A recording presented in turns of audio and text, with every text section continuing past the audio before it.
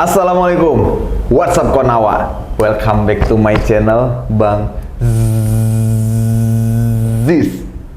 Alright. Kalau kita balik ke gadget ya, sebenarnya ini kan big business. Betul. Ini big business. Saya selalu bilang, saya sering sampaikan bahwa ini bisnis atensi. Harusnya sebelum buka gadget, kita udah tahu nih. Itu udah pasti. Itu udah pasti. Ya kan sebelum buka gadget kita harus baca Quran. Trainer yang nanti juga akan bisa melakukan penjelasan-penjelasan. Itu harus dokter? Trainernya? Enggak. Umum. Oh, YouTuber bisa? Oh bisa. Apalagi YouTuber. Bisa? Bisa banget. Okay. Saya bisa? Pasti bisa, dong. jadi trainer. Ya nanti kita lihat CV-nya gimana. Bisa lah bisa ya. Kembali lagi di Bacrit Podcast. Banyak kali kuahmu. Gokil.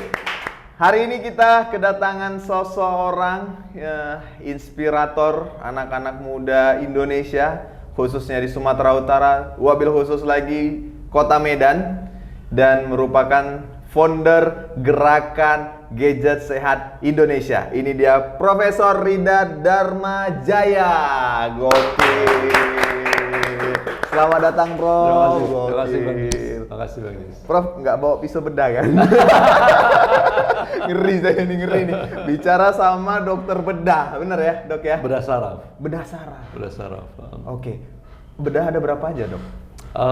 Bedah itu ada beberapa subdivisi sebenarnya, tapi awalnya memang seperti subdivisi. Jadi setelah bedah umum, baru terpisah menjadi apakah ada yang mengkhususkan ke bedah anak, bedah digestif untuk saluran cerna, ortopedi untuk tulang, kemudian bedah saraf, bedah plastik, ya bukan untuk plastik ya, bedah plastik untuk wajah, rekonstruksi rekonstruksi, dan bedah selain itu juga ada head and neck itu untuk onkologi, jadi bagian bedah yang berhubungan dengan kanker payudara, tumor-tumor payudara atau tiroid ya, seperti itu. Jadi ada beberapa. Nah, tapi sekarang beberapa bidang tersebut sudah bisa diambil secara langsung. Oke. Jadi dia setelah jadi dokter, tamat pendidikan dokter, kemudian mau mengambil spesialis untuk bedah saraf, langsung ke bedah saraf. Untuk bedah plastik bisa langsung ke bedah plastik. Oke. Gitu. Prof alumni USU.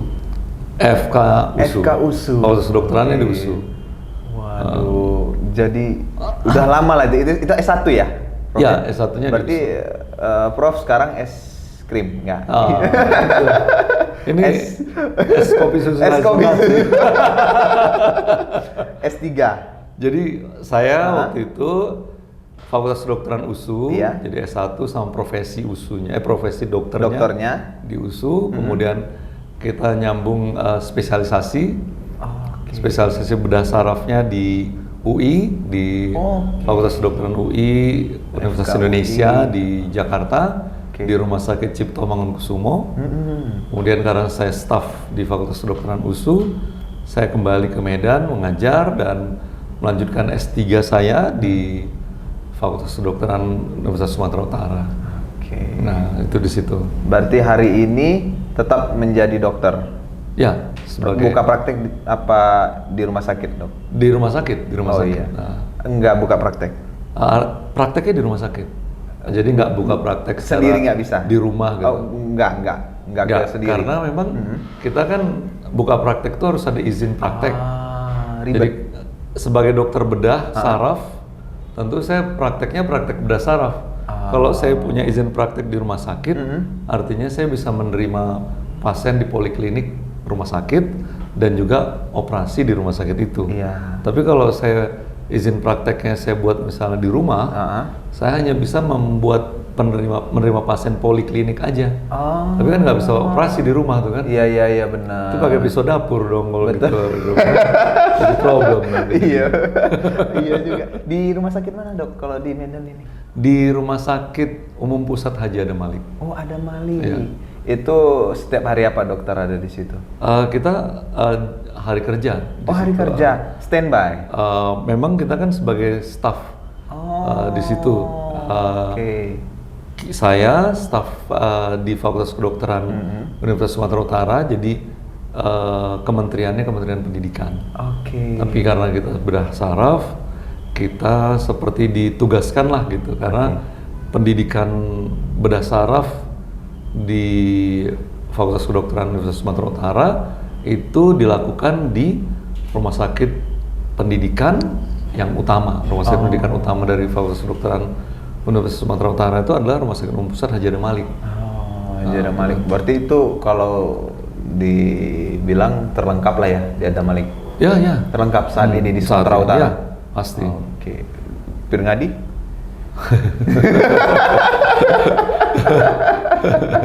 Oke. Ada Malik jauh lebih lengkap. Oke. Saraf ini apa aja? Maksudnya saya kurang paham nih, Dok.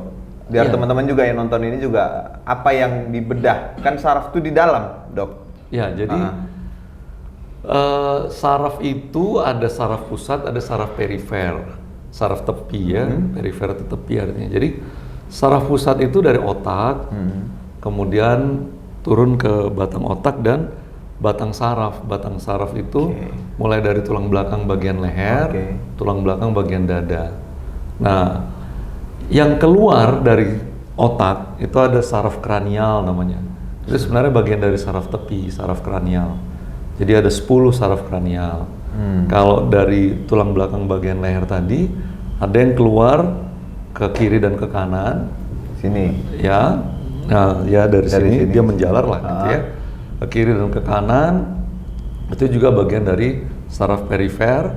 Sampai tulang belakang itu di bagian lumbal ya. Jadi di torakolumbal antara perbatasan tulang belakang dada dengan tulang belakang bagian punggung. Nah di situ dia dari batang saraf berubah menjadi akar saraf semua. Jadi itu perifer semua sampai ke kaki mana. Oke, kalau Sarafuddin, Pak? Sarafuddin itu setahu saya dia masih pendidikan sih. Masih lagi pendidikan ya. Belum keluar. Prof, diminum Prof. Ya, Enjoy kita Prof ya. Berarti kalau dibilang Prof, setiap hari Prof masuk ruang operasi? Enggak juga ya.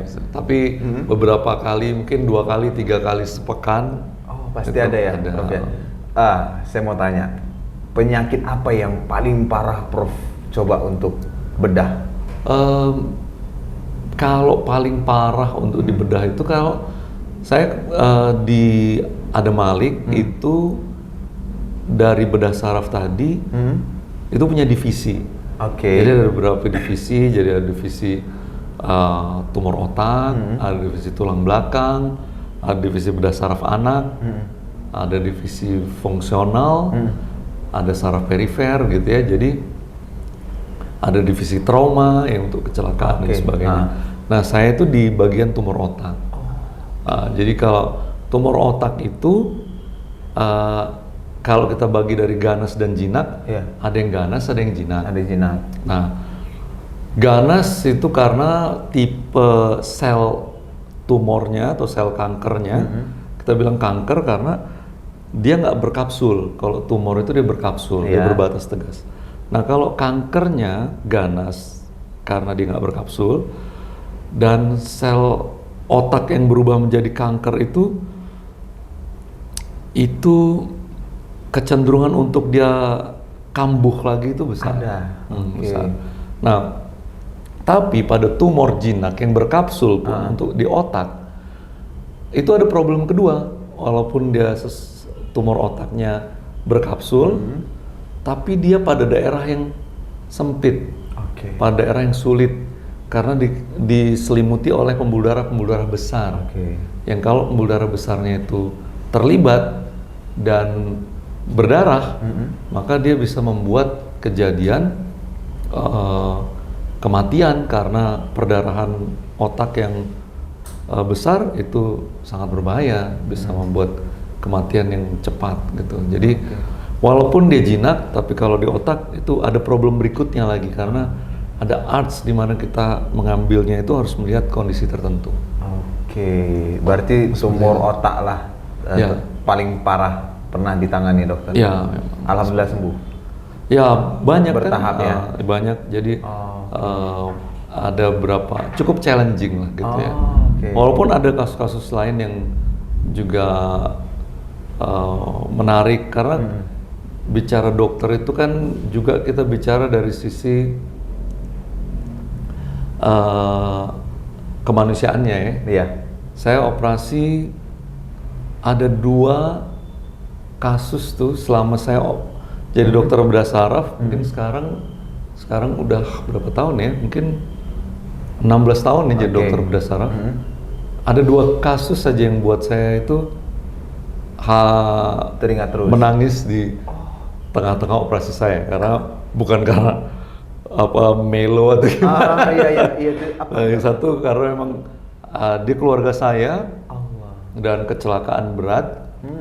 Jadi waktu saya operasi kita buka ternyata kerusakan otaknya udah begitu besar, kita bisa mempredik, bisa memperkirakan ini akan seperti apa nantinya gitu. Jadi jadi in the middle of, jadi di tengah-tengah operasi itu saya aduh gitu.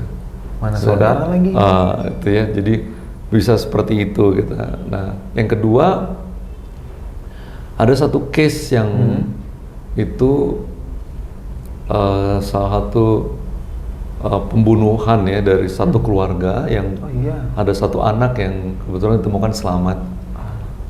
Itu kejadiannya, jadi anaknya selamat tapi ada patah tulang tengkoraknya dan ada jaringan otak yang rusak. Jadi harus kita lakukan operasi untuk memperbaiki kondisinya. Itu saya nangis kenapa? Karena biasanya itu kalau benturan, itu kita bisa melihat arah benturannya dari mana, kerusakannya di mana. Tapi pada anak ini, itu benturannya dari berbagai sisi gitu. Jadi saya bisa membayangkan anak ini diapain gitu kejadiannya. Dan saya nggak bisa membayangkan ada orang normal yang bisa melakukan itu. Dan ternyata yang benar. Pada akhirnya ternyata ditemukan bahwa sang pelakunya itu dia dalam pengaruh narkoba. Orang tuanya sendiri? Tidak. Oh enggak. Orang lain dalam pengaruh narkoba. Sehingga bisa melakukan seperti itu. Kekejaman seperti itu. Itu saya menangis di situ karena bisa membayangkan apa yang telah terjadi nih sama anak ini. Selamat tapi dok? Selamat. Alhamdulillah. Selamat. Itu kasus berarti? Ada kasusnya? Ya, besar? Sempat viral? Saya kira pada saat itu sempat rame ya, tapi sampai Menteri Sosial waktu itu. Sampai itu pada zaman presidennya? Aduh, saya SBY? Mungkin SBY, Bapak Jokowi kali ya. Lupa saya. Lupa. Prof, untuk dokter ini apakah diwajibkan untuk ikut ID? Ikut ID? Itu sebenarnya kebutuhan kita. Kebutuhan? Kebutuhan para dokter? Iya. Apa yang jadi kebutuhan dok? Maksudnya kenapa dokter berani bilang itu menjadi kebutuhan dokter? Berarti Prof masuk ke dalam ID? Iya. Kenapa menjadi kebutuhan? Karena ID itu kan dari situ kita jelas ya, aturan mainnya itu jelas. Bahwa kita misalnya mau berpraktek. Nah, mau berpraktek kita perlu meminta rekomendasi gitu. Rekomendasi dari ID ini tentu sebagai menyatakan bahwa memang di daerah situ sudah dilihat bahwa ada kebutuhan gitu. Nah, karena misalnya kayak saya ingat tuh waktu tahun 2017 ya, itu dokter bedah saraf di Sumatera Utara itu ada 20. Termasuk Prof? Termasuk saya. Tapi semua di Medan. Jadi bayangin kalau ada kasus di kecelakaan Penuli. berdarah atau stroke berdarah katakan misalnya di tarutung gitu ya. Itu gimana nolongnya? Iya. Oke. Waktu tempuhnya udah nggak nyampe gitu. Nah, ID harusnya bisa seperti itu tuh, ID bisa ngelihat, dia bisa punya penempatan di sana gitu kan. Nah, sedangkan di Medan sendiri ada rumah sakit yang jumlah pasien bedah sarafnya itu sedikit. Oh, sedikit. Tapi dokternya banyak gitu. Jadi dokternya yang ngantri. Agak lucu gitu. Jadi itu bisa seperti itu. Satu itu ya. Kedua menyangkut SOP nih misalnya. Kalau itu kan kita melakukan tindakan operasi. Misalnya terjadi sesuatu dan pasiennya cacat lah misalnya seperti itu. Akibat tindakan kita. Setelah tindakan kita. Misalnya pasiennya kecelakaan, dilakukan tindakan operasi. Kemudian setelah operasi dia cacat. Nah sekarang ini ini pasien cacat karena tindakan operasi kah? Atau akibat dari kecelakaannya? Nah itu kan ada SOP dari pasien yang seperti ini kecelakaannya, SOP mengerjakannya seperti apa? Nah, itu kan ada ahli-ahli dari Ikatan Dokter Indonesia tadi yang membuat SOP-nya itu seperti ini. Bisa termasuk dia sesuai nggak? Jadi ya mau bilang ini salah atau benar, kan ada patokan. Tapi kalau nggak ada yang punya SOP patokan, tadi, standar tadi. Terus ngeliat siapa gitu? Benar. Padahal itu kalau akhirnya dibebaskan, banyak organisasi dokter yang lain masing-masing buat SOP. Nah nanti bisa aja saya mengikut yang sana kok gitu. Saya ngikut yang sini kok, akhirnya jadi nggak ada firmnya kemana gitu. ID tunggal dok, ada ikatan lainnya dok? Sejauh ini kan yang saya tahu sih ID itu satu. Kemudian ada yang kemarin nggak tahu sekarang tuh ada PDSI, tapi saya kira masih hampir mayoritas dokter ID masih masuk ID. ID. Jadi kalau ada dokter yang tidak masuk ID, no problem sebenarnya. Kalau sekarang kan nggak ada. Nggak mungkin ya. Oke. Saya nggak gitu ngerti sih sebenarnya. Oke, Prof. Tadi terkait dengan tindakan operasi, saya punya pengalaman dok. Saya minta penilaian dokter aja. Ini tangan saya dioperasi dok. Setelah dioperasi jadi cacat. Oh iya. Nah, ini patah tulang. Nggak ngerti juga lah ya dok ya tulangnya. Jadi dari sini ke sini itu dari sini ke sini 2 cm patah. Di pergelangannya juga patah. Dilakukan tindakan operasi jadi gini dok. Beda dok. Berarti kalau saya bilang ini adalah gara-gara tindakan operasi itu benar apa salah dok? Belum bisa dipastikan. Karena kita harus lihat juga apakah patahnya itu sesuatu yang fragmented kah atau patah bagus seperti itu. Jadi kalau yang bagus saja kan lebih baik dia penyambungannya. Tapi kalau fragmented ada kemungkinan tulang-tulang yang hancur yang nggak bisa. Jadi dia nggak bisa disambung begitu mudah gitu. Ini nongol nih dok, sikutnya. Akhirnya di sini tangannya kecil. Ya. Itu ngaruh dok, nggak bisa gemuk.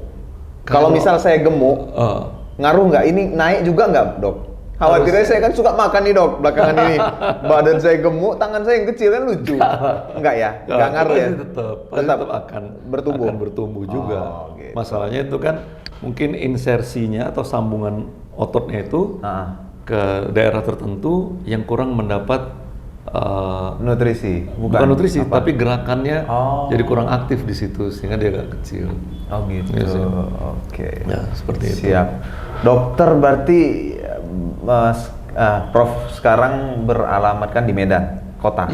Kota. Tinggal di kota Medan ya, Dok ya. Iya. Saya mau tanya, kalau misalnya di dalam ruang operasi, ya, apa yang tidak boleh dilakukan seorang dokter ahli bedah? Kalau di kamar operasi, hal-hal yang tentu tidak berhubungan dengan tindakan pembedahan. Contoh mungkin itu kayak pakaian bedah wajib. Ya, betul. Oke. Dan kalau misalnya dia, berarti itu nggak ada bawa apa-apa, dia masuk ke dalam. Saya kan belum pernah masuk ruang operasi ini, maksudnya nggak Pakai, boleh. jadi Oke. dia ada pakai, jadi dia pakai baju ganti kan, Oh. baju ganti di kamar ganti, jadi baju luar kita diganti dengan baju kamar bedah, Oke. terus masuk ke dalam, baru ada gaun bedahnya itu. Gaun bedahnya. Gaun bedahnya itu yang steril. Oke. Tidak boleh dicuci atau cucinya di laundry juga? Di laundry juga. Di laundry. Tergantung kalau dia memang ada yang sekarang itu disposable, jadi sekali pakai buang. Oh, ada. Ada yang dia memang dari kain juga, jadi dicuci, kemudian setelah dicuci harus disterilkan lagi, baru bisa dipakai. Oke. Nah di Medan, Prof, ada nggak komunitas dokternya juga? Atau ID juga, ID Medan gitu ya? ID Medan. ID Medan. Nah, Kayak bedah saraf juga ada perhimpunannya. oh ada perhimpunan perhimpunan spesialis juga. bedah saraf. Oke, di Medan ada berapa dok saraf? Bedah saraf? Prof. Sekitar 20-an orang Hari ini 20 orang. Di kota Medan saja? di Kota Medan. Bukan Sumatera Utara ya? Kalau Sumatera Utara saat ini kita udah ada di sekitar, jadi totally di Sumatera Utara tuh ada sekitar 9-10 kabupaten kota sekarang udah terisi ya. Oke. Nah, peran pemerintah terhadap dokter saraf? Bedah saraf. Iya.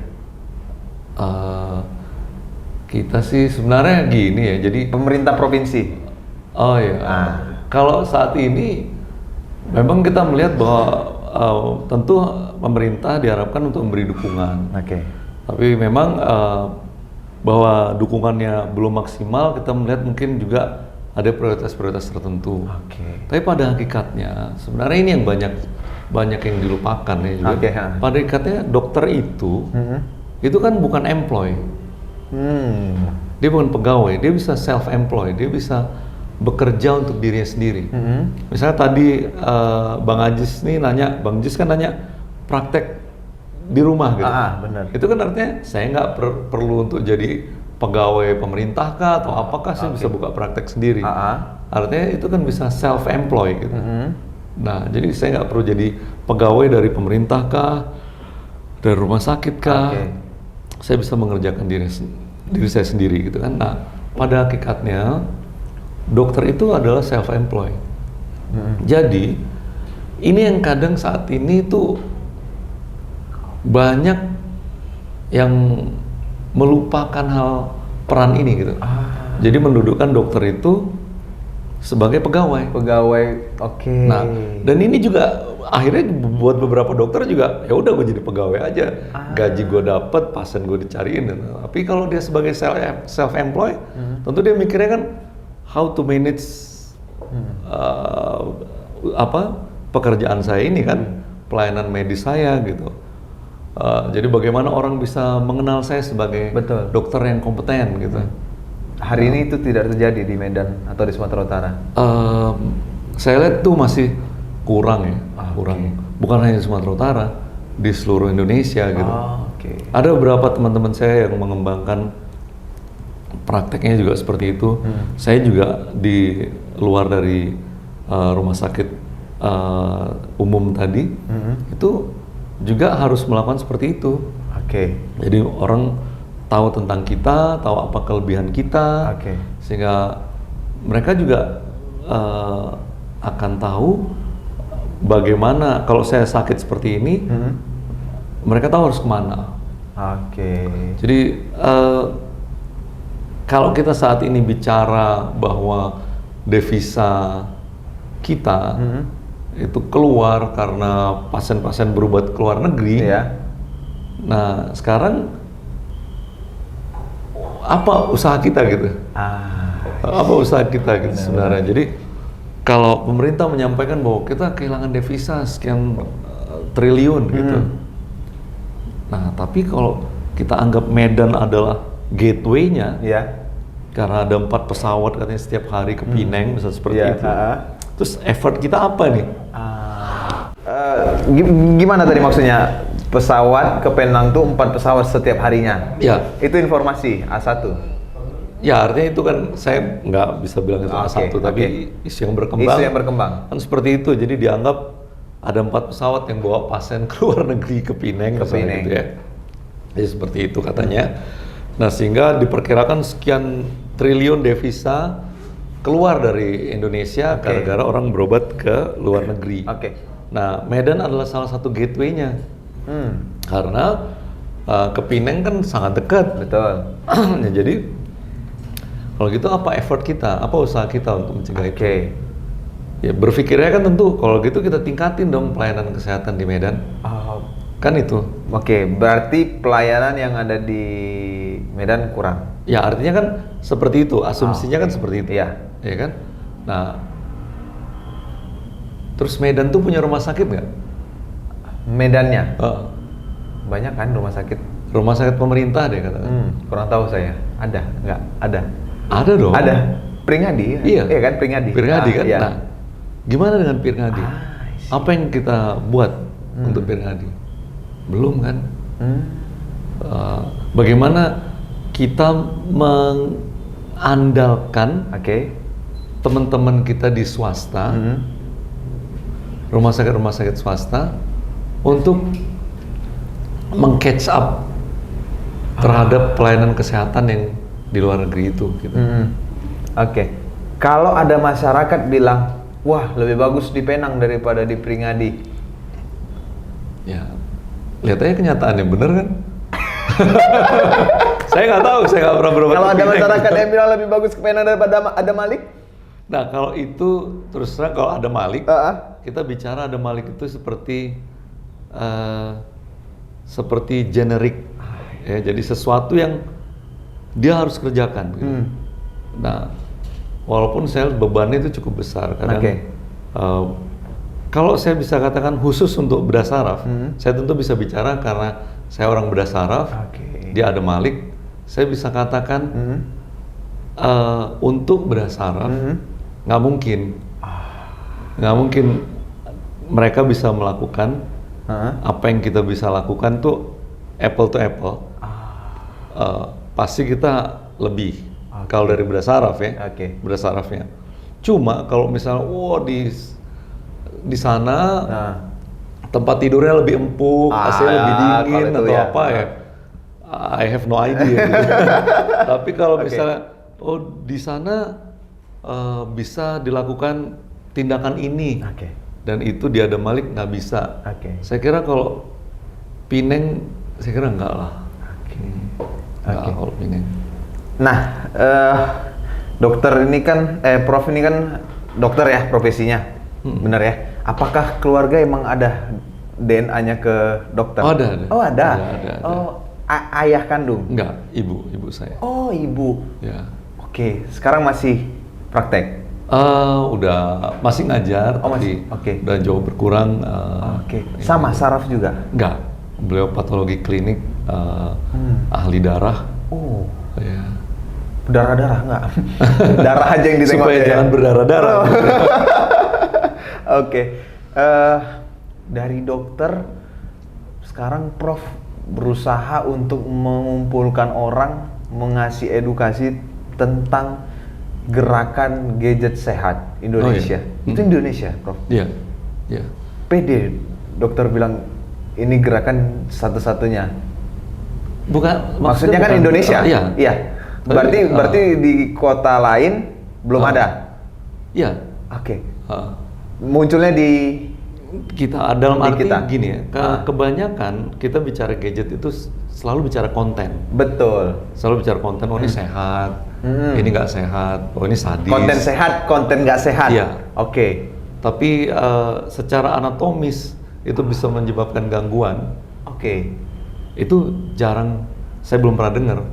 Makanya kita sampaikan itu, gitu, suarakan itu karena ada sesuatu yang serius gitu di situ. Karena berhubungan dengan saraf juga. Berhubungan dengan saraf juga. Berhubungan dengan bedah saraf juga. Termasuk ada anak-anak yang main handphone terus, jadi gini-gini tangannya. Ya itu saraf. Iya. Itu harus dibedah. Jadi begini, pada tahun 2022 akhir, kita mulai menerima banyak keluhan-keluhan anak dengan keluhan-keluhan penjepitan saraf leher, gejala awal. Ya. Saya kena kayak ini, Dok. Ya, pasti. Soalnya kalau diginin bunyi nih, Dok. Aduh, jangan deh, jangan. Itu saraf berarti, Dok? Enggak? Atau belum enggak tahu? tentu, Belum tentu. belum tentu. Nanti kusuk saya ya, Prof. Jadi tukang kusuk jadi. Lanjut, Prof. Ya, jadi tegang di leher, berat di pundak. Oh, jangan lah, itu ya. Kalau itu. Oh, itu nggak boleh? Itu nggak boleh. Itu nggak boleh? Itu it shows. Gerakan tadi nggak boleh dilakukan? Gerakan tadi menunjukkan bahwa something, ya, berarti ada satu inconvenience, satu hal yang ketidaknyamanan. Benar. Yang diakibatkan oleh problem saraf leher. Solusinya? Nah, jadi saya ulang dulu ya, Iya. dia supaya bisa firm dapat infonya. Betul. Jadi tegang di leher, berat di pundak, kemudian kepalanya suka pusing, tangannya kesemutan, gampang capek, terus kalau tidur bangun-bangun kadang tetap nggak segar. Nah, itu salah satu, itu adalah beberapa clue dari problem awal dari saraf leher. Saraf leher. Maka di beberapa teman-teman di media sosial tuh suka nyebutnya, beberapa teman di beberapa institusi itu suka nyebutnya text neck syndrome. Text next syndrome. Next berikut, next. Bukan. Neck, N-E-C-K, neck ya. Neck leher. Nah. Text neck syndrome. Jadi itu tadi ya. Tegang di leher, berat di pundak, suka pusing, semutan, tangannya kesemutan, gampang capek, kalau tidur bangun-bangun tetap nggak segar. Nah, itu jadi saya banget kayaknya tuh. Itu banyak sekarang. Banyak ya? Oke.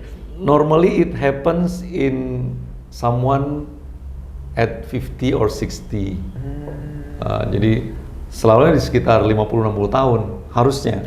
Itu udah mulai dirasakan. Tapi kalau itu mereka rasakan, artinya it's normal. Bukan dibilang normal, tapi ya ada sesuatu. Cuma nggak terlalu beresiko lah untuk menjadi perburukan. Tetap harus diwaspadai, tapi nggak terlalu beresiko. Nah sekarang itu sering kita jumpai pada ananda-ananda di bangku SMP, di bangku SMA, bahkan ada yang di SD. Nah, jadi kalau ini dibiarkan pada anak-anak tadi, ini dalam 5-10 tahun ke depan, ini akan berubah menjadi sesuatu yang serius. Karena gejalanya ini akan berubah menjadi sesuatu yang permanen. Kalau terjadi kematian saraf, apa itu? Kelumpuhan tangan dan kaki, buang air kecil, buang air besarnya loss, seksualnya terutama buat yang laki-laki hilang, nggak mampu. Maksudnya hilang? Nggak hilang kelaminnya? Enggak kan? Nggak mungkin kan hilang kelamin. Nafsunya hilang? Artinya dia nggak bisa naik. Apa impoten apa? Iya. Nggak bisa tayatul. Iya, itu bisa terjadi. Kayaknya serius. Gak apa-apa, behind the scene aja nanti. bukan sama saya, karena saya punya temen yang sering cerita seperti itu. Gitu. Jadi mungkin bisa jadi tontonan dia gitu. Biasanya ngomongnya temen sih. Kena gitu. Waduh, lanjut. Berarti itu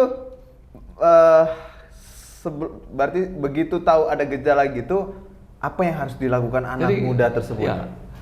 Terus kita ngeliat kan ini apa yang terjadi? Kenapa di akhir tahun 22 ini kita mulai panen itu kan? Nah, karena problem gadget tadi. Kenapa gadget tadi? Karena kita lihat ananda-ananda kita itu pada saat terjadinya pandemi COVID itu kan pada daring semua. Jadi orang tua juga mulai lebih permisif kepada anak-anaknya untuk menggunakan gadget.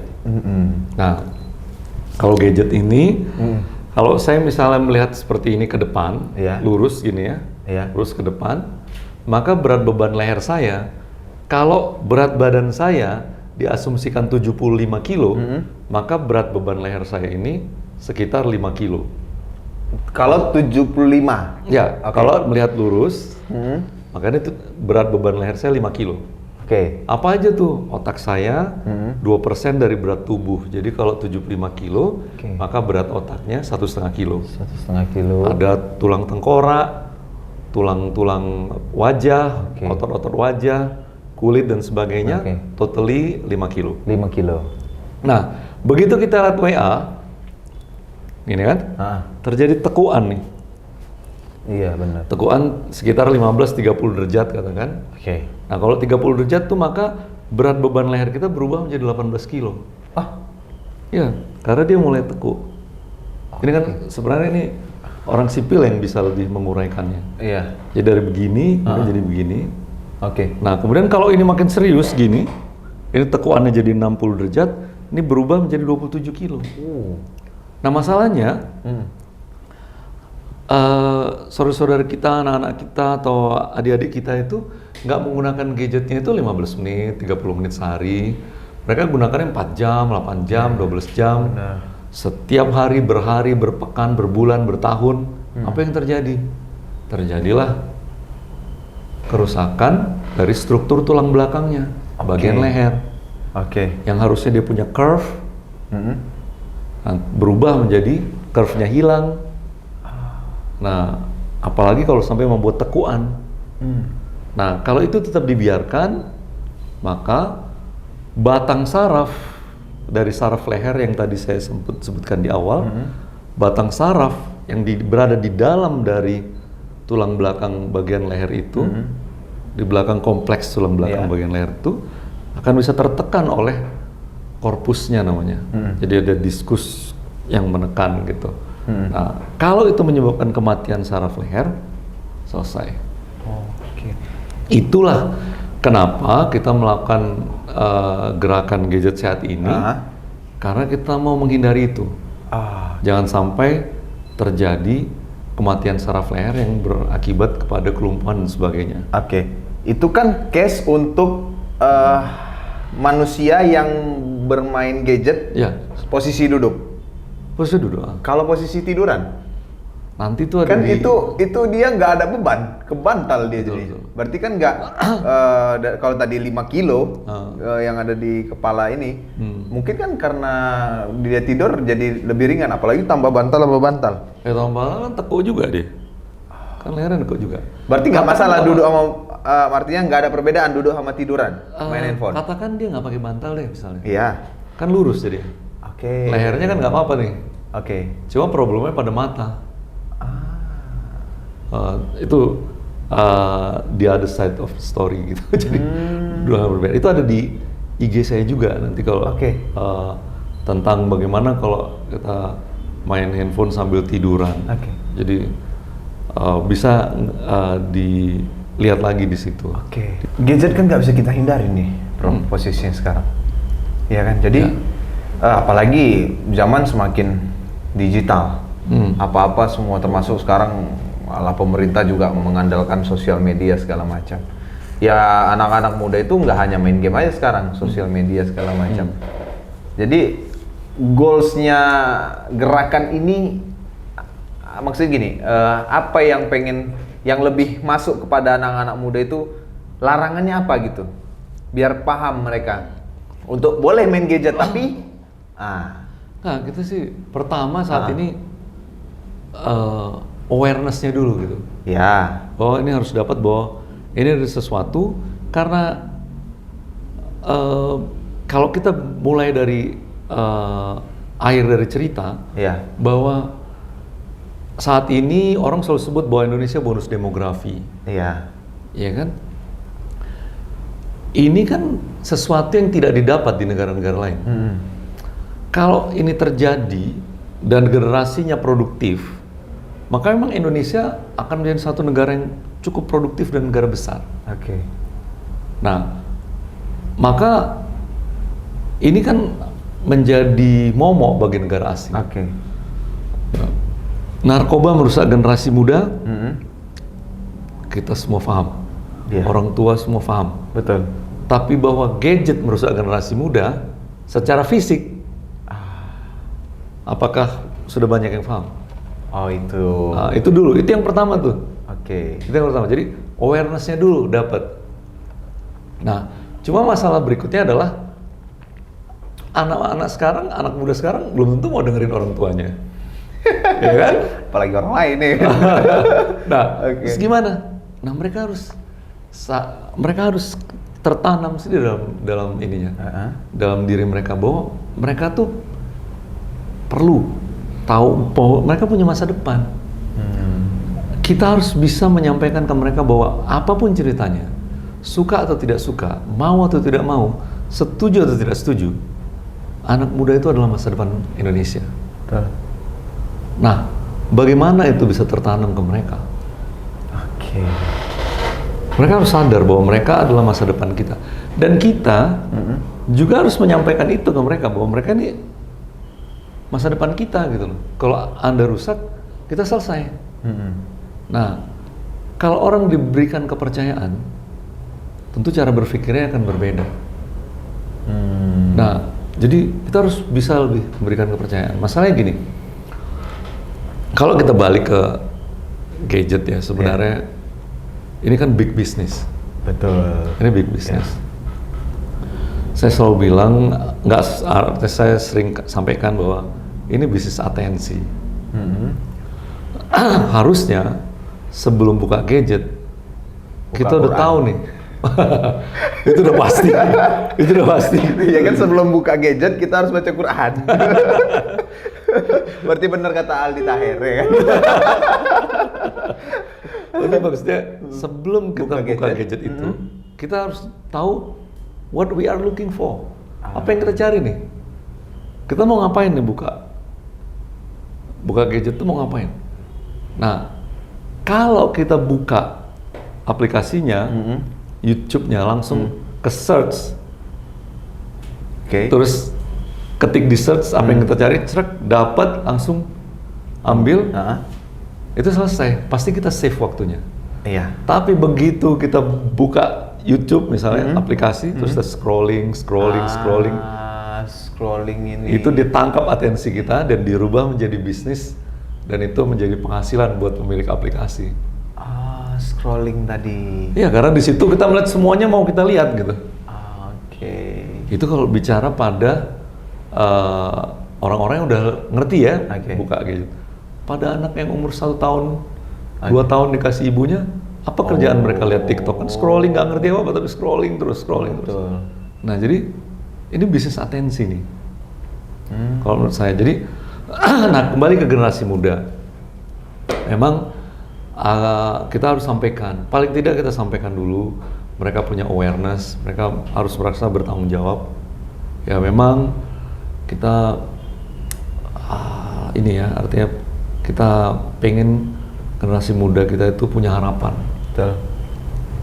Ini yang agak ini ya, kita ngomongnya agak berat. Ya. Harapan buat generasi muda itu ya, saya melihat agak gimana ya, kadang mereka melihat pendidikan, apakah pendidikan bisa merubah hidup saya gitu. Itu sesuatu yang menjadi kebimbangan, kegundahan. Kita hidup di kondisi materialis sekarang. Apa-apa dinilai dengan uang seperti itu. Oke, itu satu kondisi, kita nggak bisa rubah itu. Tapi kalau kita lihat siapa the father of materialism country, katakanlah Amerika misalnya.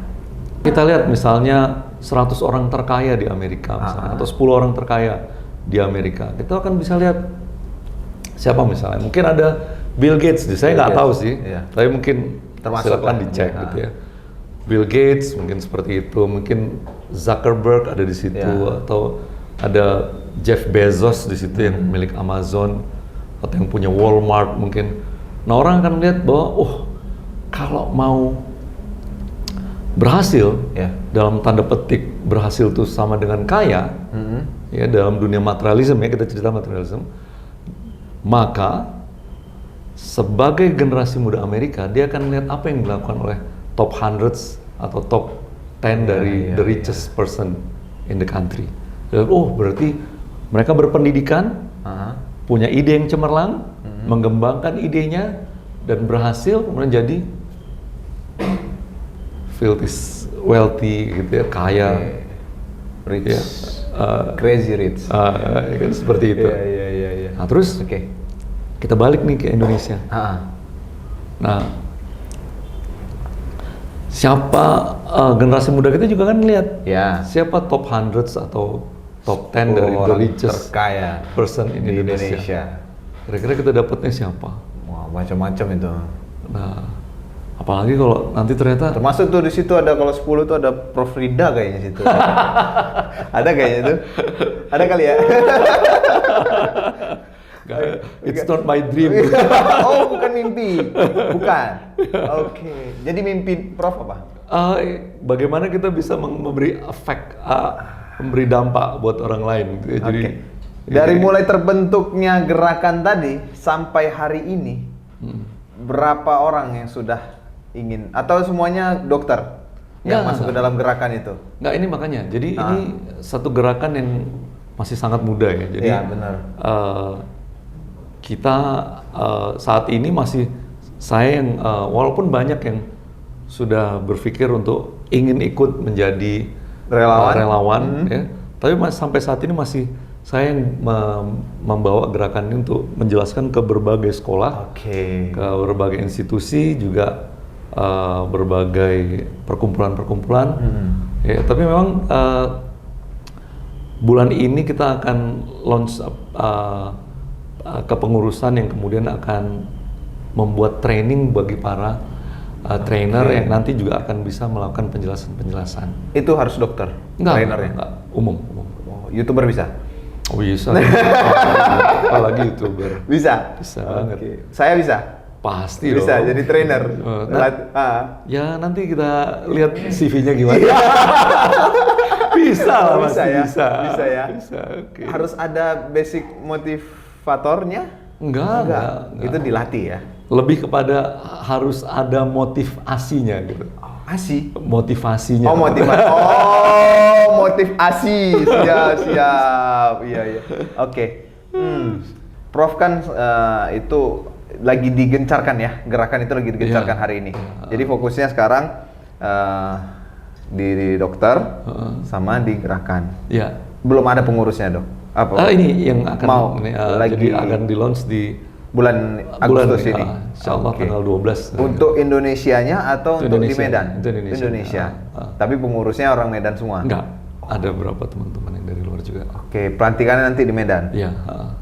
Oke, luar biasa. Ya, jadi seperti itulah kita. Boleh kasih tahu saya salah satu program yang mungkin di Indonesia belum lakukan dan di gerakan ini lakukan? Satu aja. Nanti itu kita pasti pertama gerakan tadi ini bertujuan, aim-nya itu adalah bahwa ini ada physical problem. Itu tadi kan? Iya, kan? yang Kemudian, tadi Prof sampaikan. Nah, bagaimana kita meng-create sebanyak mungkin instruktur yang bisa menjelaskan. Nanti itu akan ada seperti flip chart yang orang-orang akan bisa mudah menjelaskannya. One on one seperti itu dia bisa jelasin. Seperti itu. Itu berarti yang memiliki, dia kan masa jadi trainer kayak saya, ini ngomongin saya lah. Saya pengen jadi trainer. Iya kan? Tapi saya punya kendala tadi saraf-saraf itu. Saya ngomongin tentang gadget tadi, tapi saya ngelakuin hal itu juga, itu itu gimana? Untuk menjadi bukan trainer sebenarnya, menjadi relawan ya. Relawan. Jadi relawan itu dia harus sudah diberikan penyuluhan gadget sehat dulu. Jadi dia tahu do and don'ts-nya itu dia tahu. Apa yang boleh, apa yang nggak boleh gitu. Nah, ini kan juga untuk dia juga. Katanya dia akan tahu itu gitu.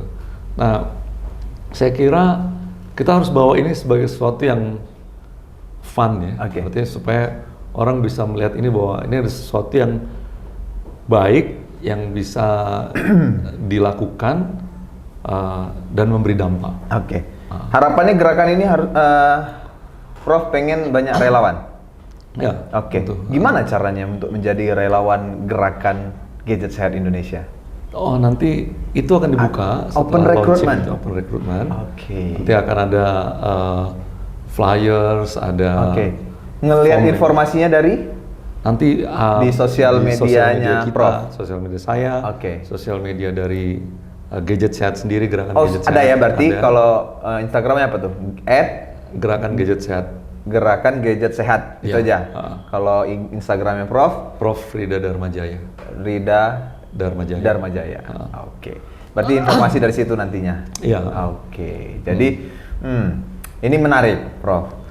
Ini kan saya malah nangkapnya gini.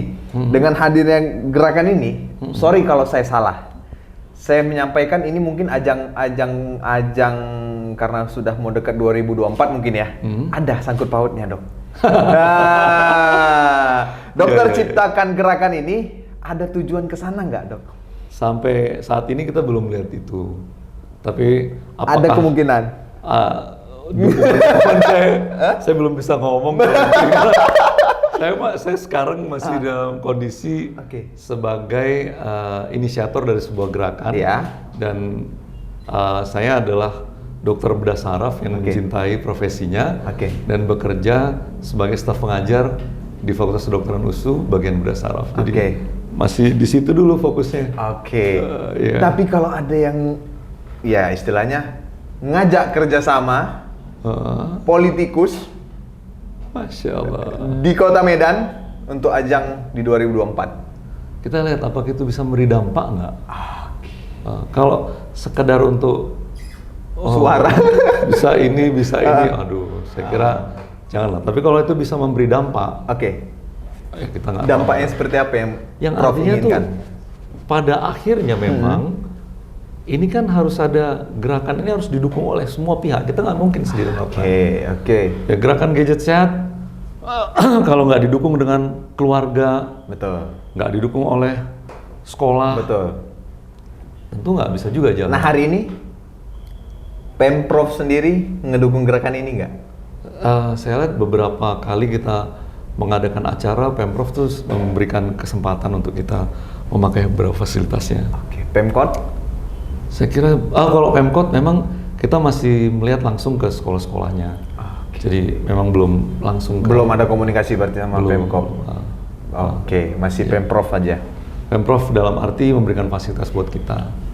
Oke. Jadi dalam kegiatan-kegiatan kita yang besar, misalnya kita berapa Gedung. kali pakai aula, Oke. seperti itu. Ya karena memang Free? free, Oke. free. Karena memang kita Tapi kegiatan itu tiketing? enggak. Enggak. Dan itu malah difasilitasi juga dengan konsumsi dan gift apa gitu. Saya Pemprov? ingat, ya. Oke. Dan mereka memberi satu gift buat ada seorang anak yang waktu itu cukup baik ya menjawab pertanyaan-pertanyaan tuh Oke. dari Pak Edi waktu itu ya. Aha. Gubernur kita itu diberikan perhatian khusus pada mereka karena gini tadi kalau misalnya nih tadi ya tadi kan ada dari Bang Jis nih cerita Iya. kita nggak mungkin menghindari gadget kan. Betul, nggak bisa. Oke, nah sekarang kalau memang dia memang bekerja dengan menggunakan gadget atau dia sekolah, Iya. yang sekolahnya itu Wajib pakai gadget? wajib pakai gadget karena dia bersekolah katakan di SMK komputer. Iya. Bisa seperti itu. Kita pernah masuk ke tempat seperti itu. Gadget, saya potong sebentar. Gadget itu bukan hanya handphone ya? Iya. Oke, lanjut. Jadi, tapi kita bicara memang hari ini terutama handphone, smartphone ya. Oke, Bro. Smartphone. Jadi pada saat itu mereka itu pakai gadgetnya bukan 4 jam, 12 jam malah sehari. Yang bekerja juga kan Ya. bisa belasan jam Benar, sehari. benar. Terus gimana gitu? Way out-nya apa? Kita minta mereka modified posisinya. Jadi gimana tuh modified posisinya? Kalau dia tadi menggunakan gadget smartphone, rubah dengan alihkan itu ke laptop, ke Oke. PC, personal computer di rumah atau dengan iPad. Oke. Kemudian posisikan puncak layarnya sejajar matanya. Jadi sejajar matanya, puncak layarnya. Oke. Jadi dia nggak nunduk, dia kan lihat gini. Jadi Oke. kalau saya tuh seringnya kalau harus mengerjakan sesuatu di laptop saya, biasanya laptopnya saya ganjal kotak sepatu. Oke. Biar Ah, sejajar tadi ya, biar Prof sejajar. ya? Ah. Oke. Jadi setelah dari sini Mungkin Bang Jis bisa beli sepatu dulu, dapat kotaknya. Ambil kotaknya aja, sepatunya dipakai. Tapi kalau lihat model duduk ini, PC ini, Prof, ini sudah cukup standar. Saya kira mungkin perlu naik ya, naik sedikit ya. Tapi disesuaikan, tempat duduknya kan bisa itu nyesuaikan. Oh iya. Nah, Artinya harus seperti ini. Level puncak layarnya, Oke. ya, puncak layarnya selevel gitu Oke. ya. Nah, kalau kita posisikan seperti itu, maka kita nggak tunduk lagi. Iya. Nah itu main deh. Tapi kalau Mas sampai berjam-jam, kita anjurkan untuk break, pakai break time. Oke. Setiap setengah jam atau 1 jam, Oke. pakai break time, dan pada saat break dia bisa lakukan senam-senam kecil. Oh, ini Jadi kan bisa ya dia bisa miring ke kanan, tahan 5 detik, balik kiri. itu ngaruh ya, Prof. Iya. Jadi break time. Ini untuk kadang lima anak-anak sepuluh muda itu lagi, apalagi editor saya ini ya, Prof ya. Lagi ngedit ya kan, sap. Breaknya megang handphone sama aja. Tapi kan lucu, Prof, kalau kita main handphone gini di jalanan. menit. Oh iya dong. Iya kan? Iya kan? Karena gini sering, apalagi Iya. sambil jalan. Iya. Iya kan ya? Kalau memang itu sesuatu yang sangat perlu, seperlunya, kan nggak masalah gitu. Iya. Dan kalaupun chat, WA misalnya, sebenarnya kan bisa rekam gitu. Daripada ngetik panjang, kenapa nggak direkam aja gitu. Oh, iya benar. Untuk menjelaskan sesuatu kita Benar, rekam, benar. kan bisa. Oh, Tapi memang tentu beda ya. Oke. Nilai feel-nya itu memang beda kalau kita ngetik. Cuma saran saya itu, jadi kalau dia memang harus mengerjakan sesuatu, ya dalam jangka waktu lama seperti itu. Tapi memang kalau laptop pakein alas tadi sehingga sejajar mata kita puncak layarnya, tentu tangannya waktu kalau mau ngetik panjang jadi gini kan, ini Betul. juga capek. Dia harus begini kan, dia harus, ini posisinya gini nih, Oh. supaya enak. Ini 90 derajat, terus ini lurus, rata gitu. Oh. Nah jadi gini, dilihat gini, nah ini akan buat posisinya level enak tuh, dia bisa lama. Oke. Nah, jadi kalau ini, nah maka pilihannya terbaik PC. Atau kalau memang harus pakai laptop, ganjal jadi- sepatu. Bukan, Kotak sepatu. keyboardnya tadi harus additional. Oh. Atau iPad tadi, Oh. pakai additional keyboard. Yang wireless ya? Ya boleh wireless. Oke. Gitu. Siap. Jadi seperti itu dia. Jadi itu akan jauh meringankan beban leher tadi, sehingga problematika dari problem saraf leher tadi akan jauh lebih ditekan. gitu. Oke. Prof kan sekarang lagi menggalakkan itu nih tentang gadget. Bagaimana dengan anak-anak, Prof? Ya itu yang saya singgung sedikit tentang anak-anak yang di bawah 5 tahun, di bawah 7 tahun. Kalau yang udah dewasa seperti kita atau yang katakanlah SMP yang memang sudah Iya. mulai menggunakan gadget, berapa lama sih mereka boleh maksimalnya? Oke. Kalau ada satu penelitian di Australia itu 2 jam maksimal. 1 hari. 1 hari. Oke. 2 jam. Oke. Tapi kalau yang di bawah 7 tahun yang memang dia nggak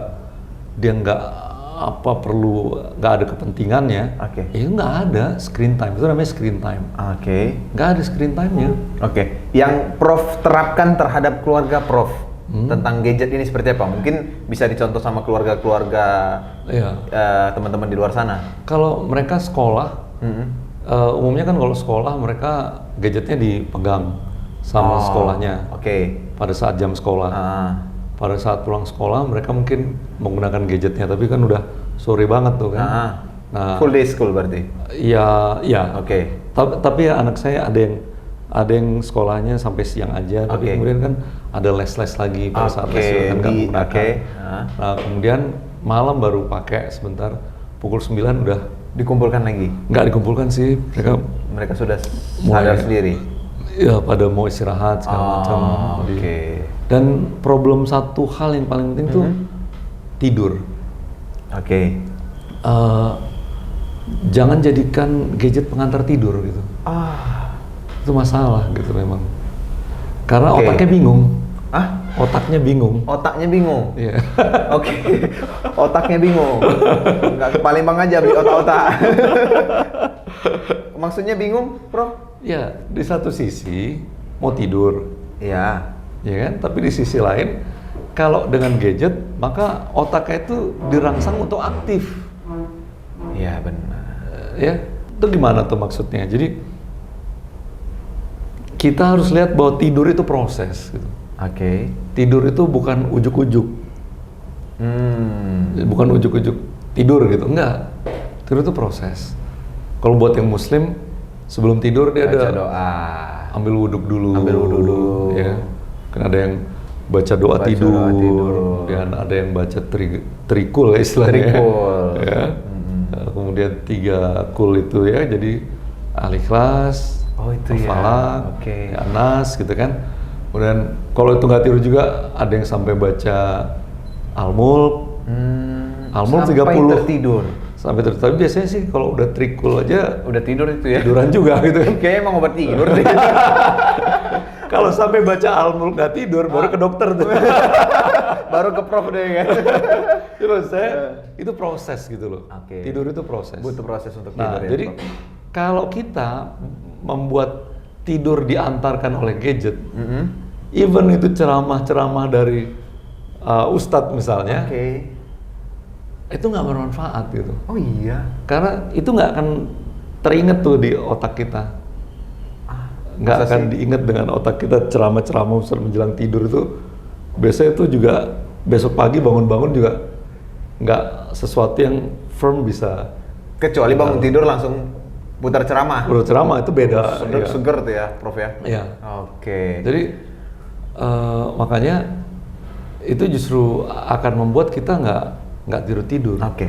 Akibatnya kita baru tidur Oke. pada saat sel otaknya itu benar-benar capek. Oke. Nah, makanya sering tidurnya lama. Oke. Kita tidur karena pakai gadget itu dengerin, akhirnya sampai jam 1, jam Oke. berapa, terus jam 5 udah dibangunin. Oke. Jadi jumlah tidurnya Hmm. nggak cukup kan? Maksimal, nggak maksimal. Nah terus kalau ibu-ibu sekarang bilang, oh anak-anak sekarang susah bangun pagi, salah. Sebenarnya susah tidur malam, Bukan susah bangun pagi. karena itu efeknya kan. Iya benar. Jadi malamnya dulu dipastiin tidurnya gitu. Nah kalau tidurnya nggak cukup, bagaimana dia bisa menangkap pelajaran dengan baik? Malah yang terjadi apa? Gampang emosi. Di jalan nanti ada yang motong dikit, wah, Oke. langsung meledak-meledak jadinya. Oke, siap. Dok, ini balik lagi sebenarnya. Tadi teringat lupa. Pernah nggak dapat pasien begitu masuk ruang operasi bau, dok? Bau apa nih? Bukan bau mayat, enggak. Bau badan. Bau badan. Pernah. Kalau pada kasus-kasus emergensi bisa macam-macam. Macam-macam ya. Kan kita nggak tahu dia dari ada yang jatuh ke got, ke paret misalnya kalau kita bilang di Medan tuh Iya, paret deh. iya. Terus kepentok kepalanya, robek, patah tulangnya, otaknya keluar, itu gimana? Oke.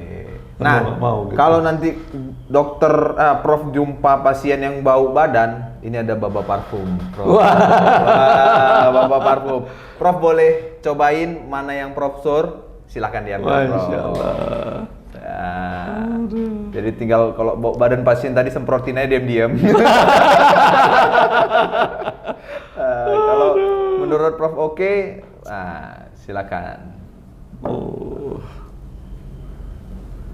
Wah, bagus ya ini. Ya, ini UMKM, Prof. Untuk saat keren. ini parfum terbesar Indonesia. Oh ya? Iya, foundernya orang Pakam. Oh, Masya Allah. Alhamdulillah hari ini Keren kita dong. disupport sama mereka. Masya Allah. Support produk, gitu. Ada berapa varian rasa dia? Oh banyak, Prof. Banyak. Oh, iya? Ini saya dikasih 2 lusin, hanya untuk dibagikan kepada narasumber. Oh, enak-enak emang ya. Ah. Dan beda-beda emang. Beda-beda, Prof.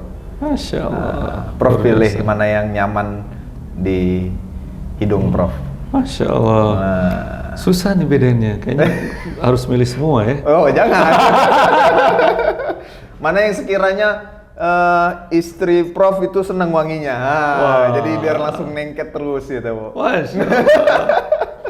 Pengen cepet pulang terus karena wangi gitu. Kangen dengan wanginya Prof. Ini nih kayaknya nih. Oke, silakan Prof. Ini Hah. Blue Sky. Wah, Masya Allah. Ini untuk Prof. Blue Sky. Berarti terbang terus ya Bang ya? Tuh, emang mau terbang tinggi kan gerakan ini kan. Luar biasa, Prof. Ya. Terima kasih ya, Prof. Makasih. Saya Terima minta kasih. boleh satu kalimat yang mantap untuk anak muda khususnya di Sumatera Utara, Prof. Untuk anak-anak muda Indonesia, Anda adalah masa depan bangsa ini. suka atau tidak suka, mau atau tidak mau, setuju atau tidak setuju, siap atau tidak siap, masa depan bangsa ini ada di tangan Anda semua sekarang. Ada di tangan adik-adik semua sekarang, anak dan Anda semua sekarang. Pastikan anak dan Anda siap menerima tanggung jawab itu. Buat orang tua, saya juga minta jangan pernah putus asa. Jangan pernah patah semangat terhadap anak-anak kita. Seburuk apapun masa lalunya. Walaupun mereka mungkin pernah sampai harus berurusan dengan hukum. Katakan sampai harus dipenjara atau apa. Atau terjerat narkoba atau apa saja. Karena masa lalu tidak pernah menjadi penentu masa depan. Masa lalu bukan penentu masa depan. Seburuk apapun masa lalunya, masa depannya masih putih bersih. Mereka bebas menulis tulisan indah di kertas putih masa depannya. Mereka bebas melukis lukisan indah di masa depannya, di kertas putih masa depannya. Jangan pernah berhenti putus asa, berhenti patah semangat terhadap anak-anak, anak dan andanya. Karena kalau Bapak Ibu putus asa, Bapak Ibu patah semangat terhadap mereka, kepada siapa lagi mereka berharap? Karena bisa jadi Bapak Ibu sekalian adalah harapan terakhir mereka. Dan Ananda sekarang, anak-anak Indonesia, anak-anak muda Indonesia, pemuda-pemuda Indonesia, pastikan untuk siap menerima tanggung jawab menjadi pemimpin dari negara kita tercinta, negara kesatuan Republik Indonesia. Gokil, mantap. Prof, terima kasih Prof sudah mau mampir di Bacrit. Banyak kali kuah Prof. Masya Allah. Banyak kali kuahnya, tapi berkualitas daging semua Prof. Terima Masya kasih Prof ya sudah mau hadir di Bacrit Podcast. Terima Terima kasih. kasih semuanya yang nonton video ini. Tapi jangan lupa like, comment, and subscribe. And yeah, see you in the next video. Bye-bye. Ya, terima kasih. Assalamualaikum warahmatullahi wabarakatuh. Waalaikumsalam.